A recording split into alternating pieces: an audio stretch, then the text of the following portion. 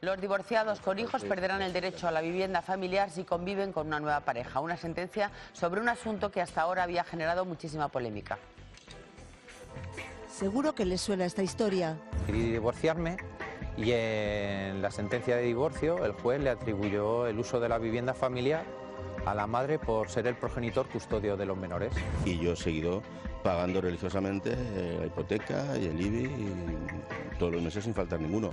Son dos ejemplos de personas divorciadas que continúan pagando la vivienda en la que sus hijos viven con sus exmujeres y también, y aquí está el quid de la cuestión, con las nuevas parejas de estas. Te produce ansiedad porque dices, bueno, no entiendo cómo yo tengo que estar apretándome el cinturón, trabajando horas y horas para poder sacar a mis hijos adelante y encima tengo que pagar un piso en el que hay otra persona. La situación que consideran injusta y a la que el Tribunal Supremo va a poner fin al considerar que la introducción de un tercero en la vivienda cambia el estatus del domicilio familiar.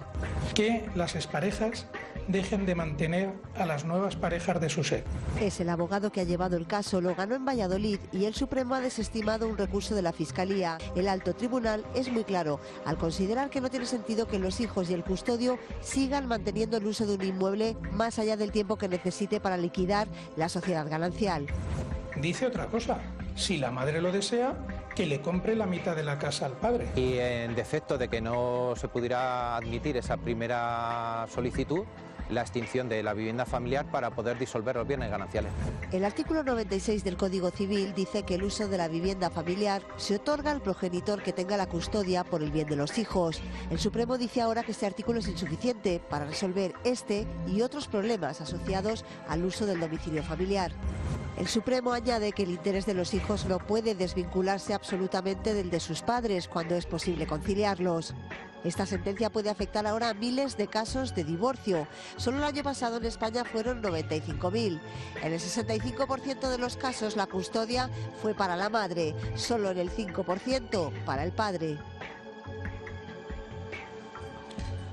Felipe Fernando Mateo es el abogado que ha conseguido esta sentencia que genera doctrina. Hola, muy buenos días, don Felipe. Muy buenos días, señora. Explíquenos qué significa esto, qué supone esto. ¿Es todos los casos, algunos casos? Bueno, en primer lugar hay que decir que en materia de familia siempre hay que ir caso por caso, claro. Estudiar caso por caso. Esto no quiere decir que porque se haya dictado esta sentencia, mañana todas las personas que estén en esta situación van a tener que abandonar su domicilio.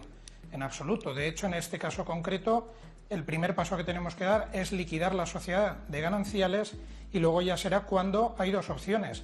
Que la señora que está en esa vivienda en este momento abandone la vivienda o bien, si lo desea, que le compre su parte a mi cliente. Lo que significa esta sentencia es muy simple.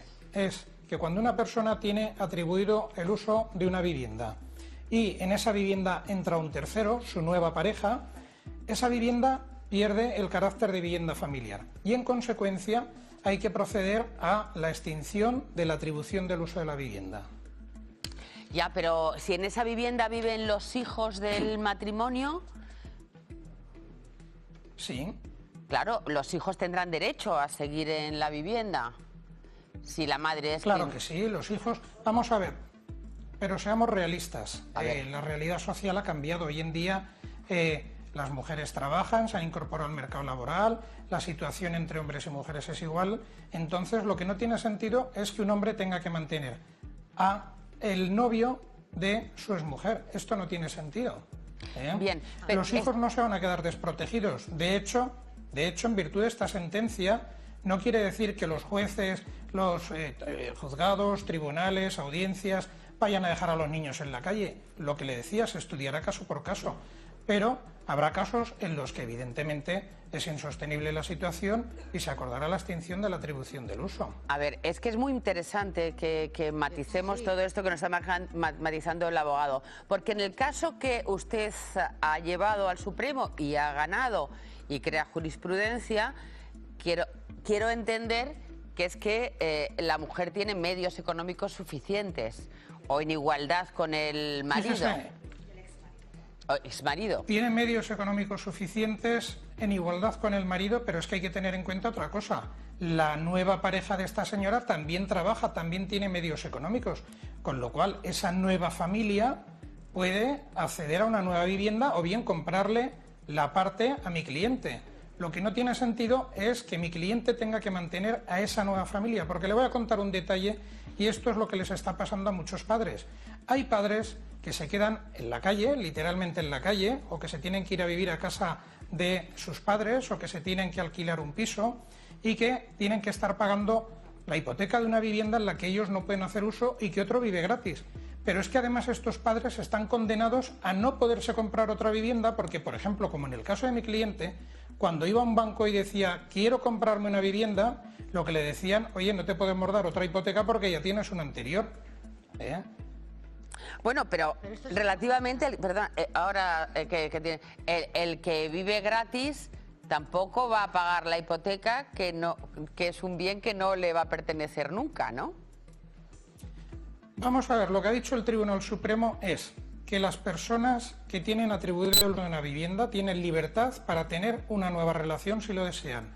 Pero lo que no puede ser es que esa relación sea a cargo o en perjuicio de un tercero. ¿El tercero quién es? Pues es el progenitor no custodio.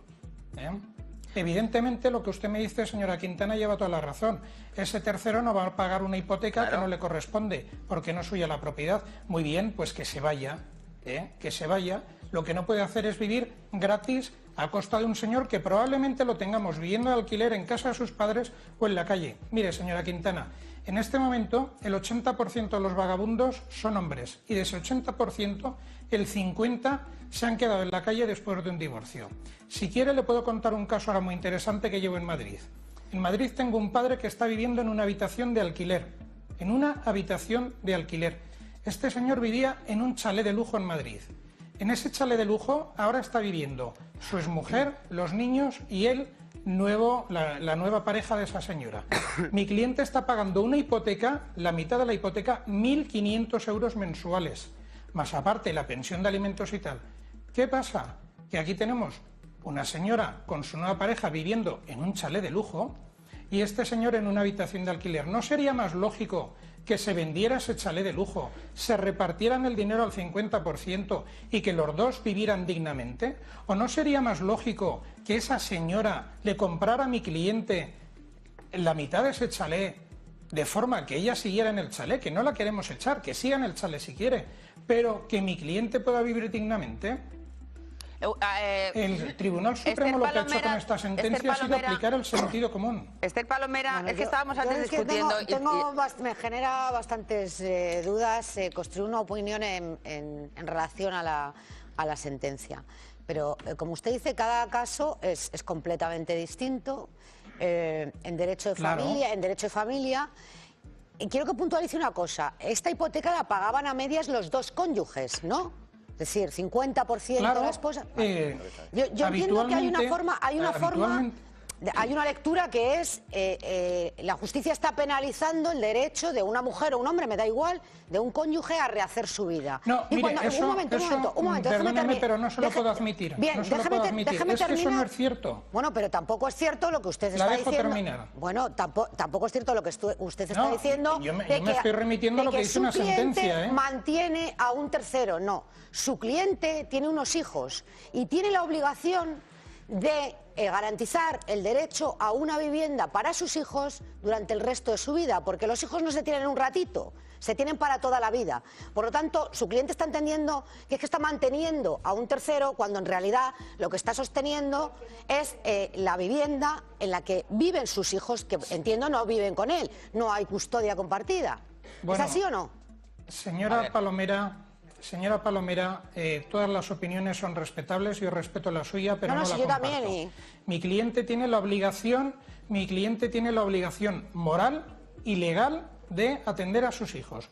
Y si quiere, también de mantener a su exmujer. Lo que no tiene la obligación es de mantener al novio de su exmujer. Pero que es que no y ese señor es un señor que está viviendo en una vivienda... Hombre, si usted vive en una casa gratis en la que le pagan la hipoteca, en la que usted no paga un alquiler, en el que usted no paga el IBI, en el que usted no paga la contribución, no paga el seguro de la vivienda, usted está de mantenido. Yo, si quiere, me voy en esas condiciones a vivir a su casa, no pago nada, me establezco allí y me dice qué le parece.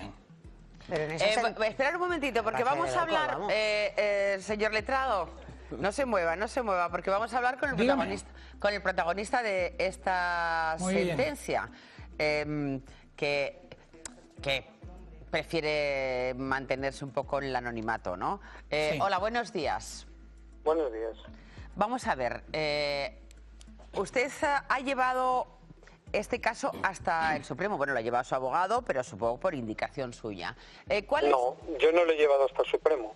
La audiencia provincial ya nos dio la razón en los términos que queríamos. En primera instancia, el juzgado en Valladolid nos dio la razón y la estimó parcialmente, haciendo que se redujera la pensión alimenticia a mis hijos en 50 euros a cada uno.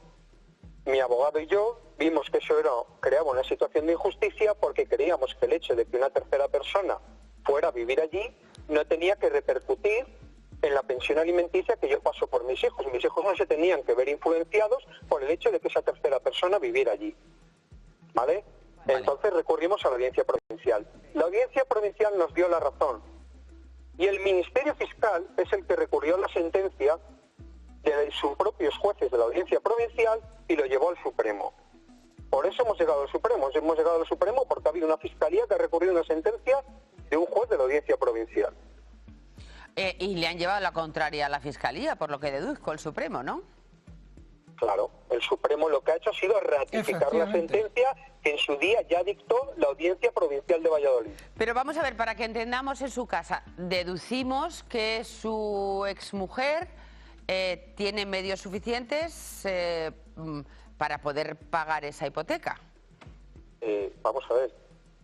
Había una entidad familiar. Esa entidad familiar ha desaparecido desde el momento que una tercera persona ha entrado a vivir allí de forma estable. Estamos hablando de que esta persona entró en julio del año 2014, no entró ayer.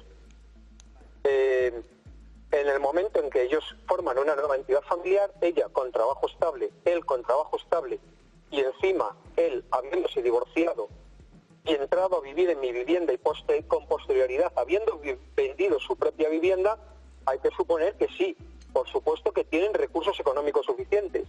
Tienen sueldo él, tiene sueldo ella, y aparte yo contribuyo con mi responsabilidad en la pensión alimenticia de mis hijos. Bien, ¿qué es lo que le hubiera parecido a usted desde el principio una situación justa? ¿Vender la casa? ¿Lo que decía su abogado? Lo que me hubiera parecido justo desde un principio es que desde el momento en que él entró en esa vivienda hubieran hecho por quedarse con lo que restaba de la hipoteca de esa vivienda, desde el mismo momento en que él entró en esa vivienda. Y eso me hubiera parecido un trato justo.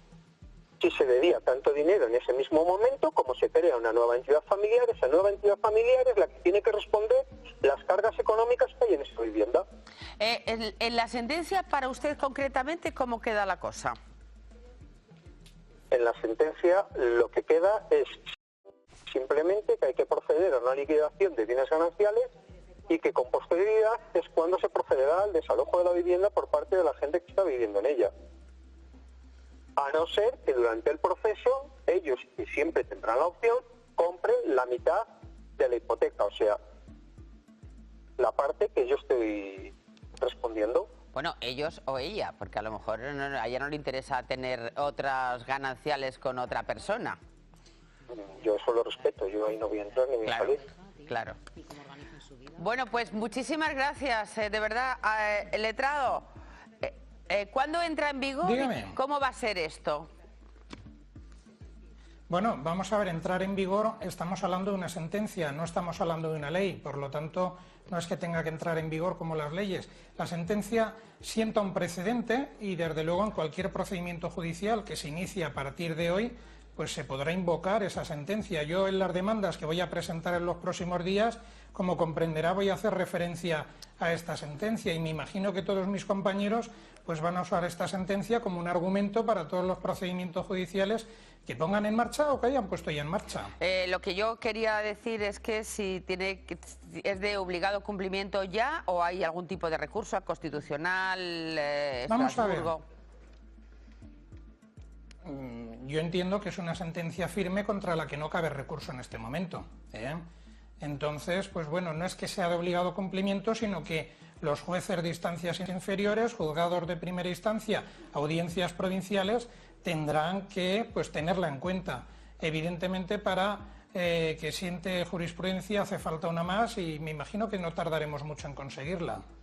Pues muchísimas gracias, don Felipe Fernando Mateo. Muchas gracias por acompañarnos esta mañana. Gracias a usted, señora Quintana, un placer. Encantada. Un placer saludarla y saludar a su audiencia. Vale, Encantado. muchas gracias. Gracias.